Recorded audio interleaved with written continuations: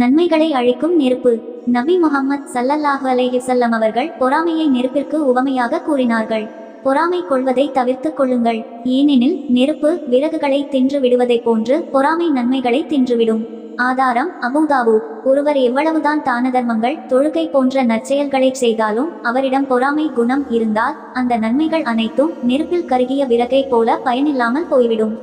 பொறாமை என்பது அடிப்படையில் அல்லாவின் பங்கீட்டின் மீது அதிருப்தி கொள்வதாகும்.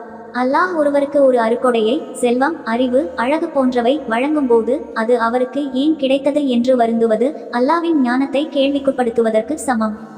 அல்லாஹ் குரானில் கேட்கிறான், அல்லாஹ் தன் அருளால் மக்களுக்கு வழங்கியிருப்பதன் மீது அவர்கள் பொறாமை கொள்கிறார்களா?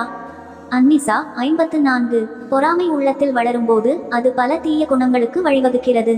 பொறாமை கொண்டவர் அந்த நபர் மீது தேவையற்ற வெறுப்பை வளர்ப்பார். மற்றவரின் புகழை கெடுக்க அவரை பற்றி தவறாக பேச தூண்டும். மற்றவரின் வளர்ச்சியை கண்டு பொறாமைப்படுபவர் எப்போதும் நிம்மதியின்றி தவிப்பார். இஸ்லாம் இதற்கான தீர்வுகளையும் வழங்கியுள்ளது. ஒருவரிடம் ஒரு நன்மையை கண்டால் மாஷா அல்லாஹ், அல்லாஹ் நாடியது நடந்துள்ளது என்று கூறி அவருக்காக பிரார்த்திக்க வேண்டும். அல்லாஹ் தனக்கு கொடுத்திருப்பதை கொண்டு மனநிறைவு அடைய வேண்டும். பொறாமைக்காரர்களின் தீங்கிலிருந்து பாதுகாக்க சூரா அல் ஃபலக் 113வது அத்தியாயம் சூராவை ஓதி பாதுகாப்பு தேட வேண்டும். இஸ்லாத்தில் ஹித்தா என்பது அனுமதிக்கப்பட்டது.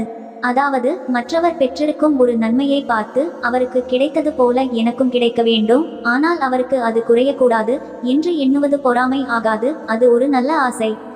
அல்லாஹ் எங்கள் அனைவருக்கும் இருப்பதை கொண்டு திருப்தியடைந்து அல்லாஹ்வை புகழும் நல்லோர்கள் கூட்டத்தில் சேர்த்தருள்வானாக.